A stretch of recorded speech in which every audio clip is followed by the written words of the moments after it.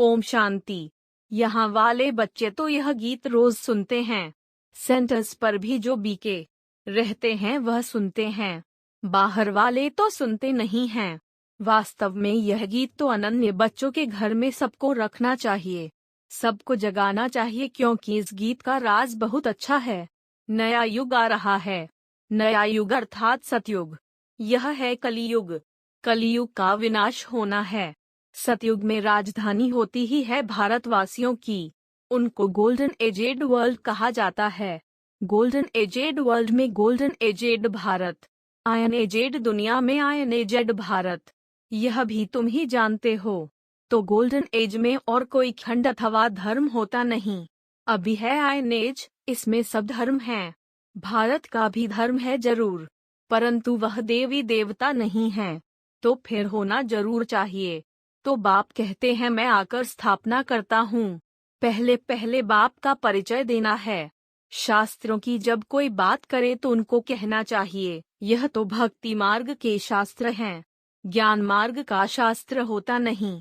ज्ञान का सागर तो परमपिता परमात्मा को कहा जाता है। जब वह आकर ज्ञान देवे तब सद्गति हो। यह गीता आदि भी भक्ति मार्ग के लिए हैं। मैं तो आकर तुम बच्चों को ज्ञान और योग सिखलाता हूँ। फिर बाद में वह शास्त्र बनाते हैं जो फिर भक्ति मार्ग में काम आते हैं। अभी तुम्हारी है चढ़ती कला। तुम्हें बाप आकर ज्ञान सुनाते हैं। बाप खुद कहते हैं मैं जो तुमको सद्गति के लिए ज्ञान देता हूँ वह प्रायलोप हो जाता है। अभी बाप कहते हैं तुम कोई भी शास्त्र आदि नहीं सुनो। वह रूहानी बाप तो सबका एक ही है। सद्गति का वर्षा भी उनसे मिलता है। ये तो है ही दुर्गति धाम। सद्गति धाम सतयुग को कहा जाता है। जब कोई भी शास्त्रों की, वेदों की अथवा गीता की बात करे, बोलो हम जानते सबको हैं, परंतु यह है भक्ति के। हम उनका नाम लेवें ही क्यों, जबकि अभी ज्ञान सागर परमपिता परमात्मा हमको पढ़ा रहे हैं। बाप कहते हैं अपने को आत्मा समझ मुझ बाप को याद करो तो इस योग अग्नि से तुम्हारे विकर्म विनाश हो जाएंगे। भक्ति मार्ग में तो और ही विकर्म होते आए हैं। हमको बाप ने कहा है मन मना भव। वही ज्ञान का सागर पतित पावन है। पतित पावन कृष्ण को नहीं कहा जाता है। अभी हम एक बाप की ही सुनते हैं। उनको कहते हैं शिव परमात्माए नम, बाकी सबको कहेंगे देवताए नम। इस समय तो सब तमो प्रधान है। सतो प्रधान बनने का रास्ता एक बाप ही आकर बतलाते हैं। अब उस एक बाप को ही याद करना है। ब्रह्म को याद नहीं करना है, वो तो घर है। घर को याद करने से विकर्म विनाश नहीं होंगे, परंतु घर में रहने वाले परमपिता परमात्मा को याद करो तो विकर्म विनाश हो जाएं, और आत्मा सतो प्रधान बन अपने घर चली जाएगी। फिर आएगी पाठ बजाने। चक्र का राज समझाना चाहिए। पहले तो यह समझें कि इन्हों को ज्ञान सुनाने वाला निराकार परमपिता परमात्मा है। कोई कहे तुम तो ब्रह्मा से सुनते हो, बोलो नहीं, हम मनुष्य से नहीं सुनते। इन द्वारा हमको परमपिता परमात्मा समझाते हैं। हम इनको, ब्रह्मा को, परमात्मा नहीं मानते हैं। सबका बाप शिव ही है। वर्षा भी उनसे मिलता है। यह है थ्रू। ब्रह्मा से कुछ मिलता नहीं है। उनकी महिमा क्या है? महिमा सारी एक शिव की है। वो अगर इसमें नहीं आता तो तुम कैसे आते? शिव बाबा ने ब्रह्मा द्वारा तुमको एडाप्ट किया है, तब तुम बीके कहलाते हो। ब्राह्मण कुल चाहिए ना। कोई मनुष्य अथवा शास्त्र आदि मुक्ति जीवन मुक्ति का रास्ता बता न सकें। निराकार परमपिता परमात्मा सद्गति दाता ही रास्ता बताते हैं। बहुत बात नहीं करनी चाहिए। फट से कहना चाहिए हमने जन्म जन्मांतर भक्ति की है। अब हमको बाप कहते हैं यह अंतिम जन्म गृहस्थ व्यवहार में रहते कमल फूल समान पवित्र रहो और मुझे याद करो, तो तुम्हारे इस अंतिम जन्म के अथवा पास्ट जन्मों के जो पाप हैं वह भस्म हो जाएंगे और तुम अपने घर चले जाएंगे। पवित्र होने बिना तो कोई जा नहीं सकते। पहली पहली बात ही एक समझाओ तो निराकार शिव बाबा कहते हैं हे आत्माएं, मैं ब्रह्मा तन में प्रवेश होकर नॉलेज देता हूँ। ब्रह्मा द्वारा स्थापना करता हूँ। ब्राह्मणों को शिक्षा देता हूँ। ज्ञान यज्ञ को संभालने वाले भी ब्राह्मण चाहिए ना। तुम अब ब्राह्मण बने हो। तुम जानते हो यह मृत्युलोक अब खत्म होना है। कलयुग को मृत्युलोक और सतयुग को अमरलोक कहा जाता है। भक्ति की रात तब पूरी होती है, ब्रह्मा का दिन शुरू होता है। ब्रह्मा सो विष्णु यह भी कोई समझते नहीं, समझे तब जब पूरे 7 रोज आकर सुने। प्रदर्शनी में किसकी बुद्धि में बैठता नहीं, सिर्फ इतना कहते हैं रास्ता अच्छा है, समझने लायक है। मुख्य बात समझानी है कि गीता का भगवान निराकार शिव है। वह कहते हैं मुझे याद करो, बाकी यह सब जन्म जन्मांतर पढ़ते उतरते ही आए हो, फिर सीढ़ी से झाड़ पर ले जाना चाहिए। तुम हो निवृत्ति मार्ग वाले, हम हैं प्रवृत्ति मार्ग वाले। हमारा है बेहद का संन्यास। जब भक्ति पूरी हो जाती है तो सारी दुनिया से वैराग्य हो जाता है और भक्ति से भी वैराग्य हो जाता है। भक्ति होती है रावण राज्य में। अब शिव बाबा शिवालय स्थापन कर रहे हैं।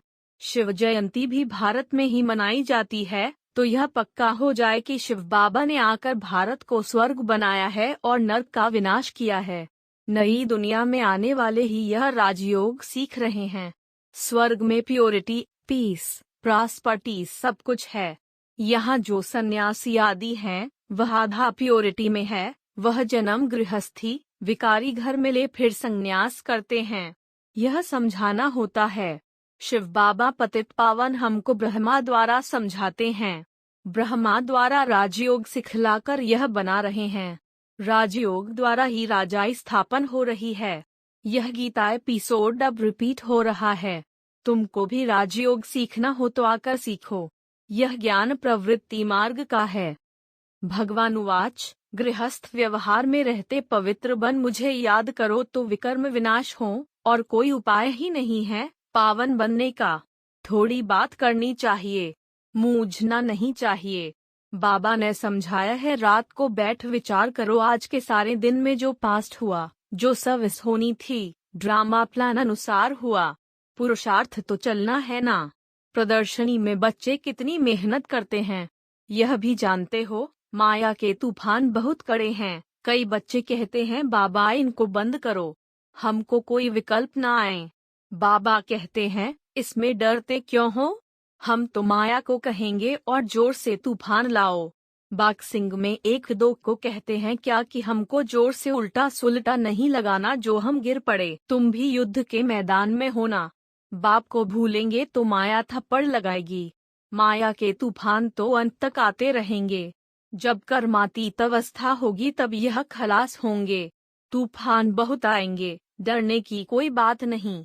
बाबा से सच्चा होकर चलना है, सच्चा चाट भेजना चाहिए। कई बच्चे सवेरे उठकर याद में बैठते नहीं हैं, सोए रहते हैं। यह नहीं समझते अगर हम श्रीमत पर नहीं चलते तो हम अपनी कल्पांतर के लिए सत्यानाश करते हैं, बड़ी भारी चोट खा रहे हैं। ऐसे भी बच्चे हैं जो कभी सच नहीं बोलते हैं, फिर उनकी क्या गति होगी, गिर पड़ेंगे। माया थप्पड़ बड़ा जोर से लगाती है, पता नहीं पड़ता है। सारा दिन झरमुई झगमुई करते रहते हैं। सच न बतलाने से फिर वृद्धि होती जाती है, नहीं तो सच बताना चाहिए। आज यह भूल की, झूठ बोला। अगर सच नहीं बताएंगे तो वृद्धि होती जाएगी, फिर कब सच्चे बनेंगे नहीं। बतलाना चाहिए हमने यह डिससर्विस की, हमको क्षमा करना। सच न बतलाने से फिर दिल पर चढ़ते नहीं, सच्चाई खींचती है। बच्चे खुद भी जानते हैं कौन कौन अच्छी सर्विस करते हैं। अच्छे बच्चे बहुत थोड़े हैं। चाहता हूँ गाँव बड़ों में भी अच्छी अच्छी बच्चियों को भेज दूं तो सब खुश होंगे। बाबा ने हमारे पास बम्बई की हेड, कलकत्ते की हेड भेजी है। कोई भी मिले तो उनको सीधी बात सुनानी है कि पतित पावन परमपिता परमात्मा संगम पर आकर यह महामंत्र देते हैं कि मामेकम याद करो। राजयोग तो बाबा तुमको ही सिखलाते हैं, तुम्हारा काम है औरों को भी रास्ता दिखलाना। बच्चे कहते हैं कलकत्ते चलो। अब बाबा बच्चों के बिना कोई से बात कर न सके, फिर कहेंगे यह तो कोई से मिलते नहीं हैं। हम कैसे समझें तो यह कौन है, क्योंकि उन्हों की तो है भक्ति की बातें। आत्माओं का बाप कौन है यह तो कोई बता ही नहीं सकते। शिव बाबा तो आते ही भारत में हैं, ऐसी ऐसी बातें समझाने में घंटा लग जाए। बाबा तो कोई से मिलता नहीं, बच्चों को ही माथा मारना है। यहाँ भी देखो बच्चों के साथ कितनी मेहनत करनी पड़ती है सुधारने के लिए। बाबा को सच्चा समाचार कोई देते नहीं है। बाबा हमने सन्यासी से बात की, फलाने प्रश्न का हम जवाब दे न सके। हमने यह भूल की सारा दिन क्या क्या करते हैं लिखना चाहिए। बाबा ने बच्चों को समझाया है, मेरे से पूछे बिना किसी को चिट्ठी नहीं लिखो। बाबा से पूछेंगे तो बाबा ऐसी मत देंगे जिससे किसका कल्याण हो जाए। बाबा के पास लिखकर भेज दो तो बाबा करेक्ट कर दे। बाबा तो युक्ति बताएंगे। देही अभिमानी होकर लिखेंगे तो वह पढ़कर गदगद हो जाएंगे। शिक्षा तो बहुत अच्छी दी जाती है। तुम्हारी एम ऑब्जेक्ट है लक्ष्मी नारायण बनने की। यह तुम्हारा बाप टीचर गुरु भाई आदि सब कुछ है। हर बात में राय देते रहेंगे, फिर जवाबदारी तुमसे उतर जाएगी क्योंकि श्रीमत पर चलेना। धंधे आदि के लिए भी समझाएंगे कि कहाँ लाचारी में किसके हाथ का खाना होता है, नहीं तो धंधा आदि छूट जाएगा। चाय नहीं पी तो मिनिस्टर रूठ जाएगा। युक्ति से कहना चाहिए हम चाय इस समय नहीं पीते हैं, हमको तकलीफ हो जाएगी। कहाँ शादी मुरादी है, नहीं जाएंगे तो नाराज हो जाएंगे। तो बाबा कहेंगे ऐसे ऐसे करो, सब युक्तियाँ बताएंगे। अच्छा, मीठे मीठे से खिलते बच्चों प्रति माता पिता बाप दादा का याद प्यार और गुड मॉर्निंग। रूहानी बाप की रूहानी बच्चों को नमस्ते।